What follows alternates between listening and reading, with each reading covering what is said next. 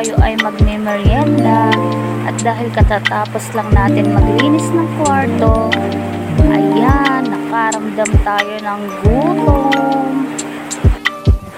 Pagod na pagod dahil sa paglilinis ng aming munting kwarto. Ayan na, bibili tayo ng merienda. Magluluto tayo ngayon ng pansit canton. Bibili tayo sa tindahan ni Ate Judy.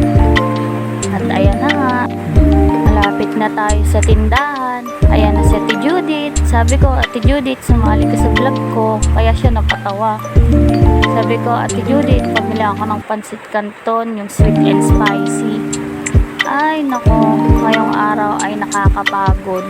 Bakit ba naman ako sinipag ngayon? Wala kasing magawa. At eto na nga, nakabili na ako. Kukunin ko na yung sukli. Maraming salamat, Ate Judith.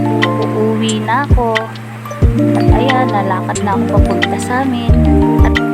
At ayan na nga, magpapakulo na tayo ng tubig para makapagsalang na tayo ng pansit canton. Nakakagutom. At ng mga nakaraang araw, yung mga vlog ko ay nagpapapawis ako. Ay ewan ko nga ba sa tiyan na to, bakit hindi mapigilang di magutom? Nakakainis. Kaya tayo tumataba at lumalaki ng lumalaki. Hindi naman makapaglakad ng makapaglakad kasi laging umuulan tuwing umaga. Kaya hindi kami makapagpapawis ulit doon sa Philly State na pinupuntahan namin. Kaya na nga, nilagay ko na yung pansit canton para pakuluan na at maluto na. Dahil ay nako, gutom na ako. Habang pinapanood ko to, nagugutom ulit ako.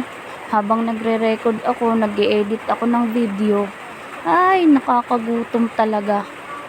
At ayan na nga, sinasalin ko na yung isa-isa yung flavor ng pansit canton kasi malapit nang maluto.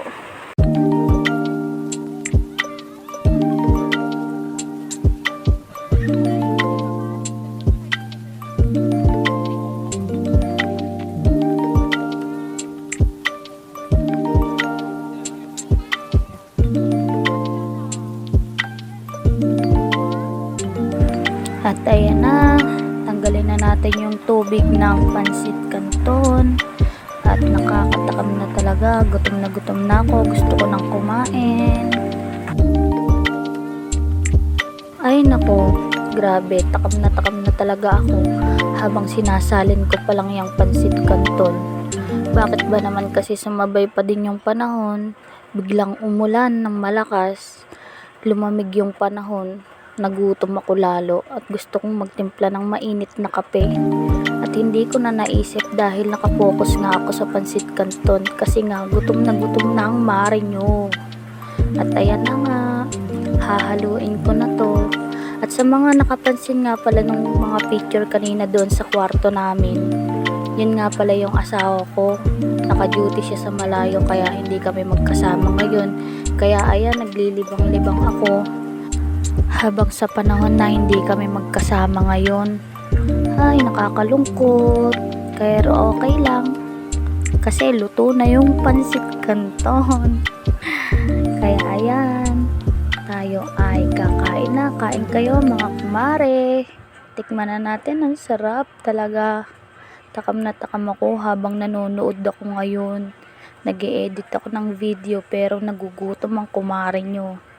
Napakasupa ako kasi gutom na ako, kaya kahit sobrang init ng pansit canton, dire-diretso yung subo ng kumare nyo.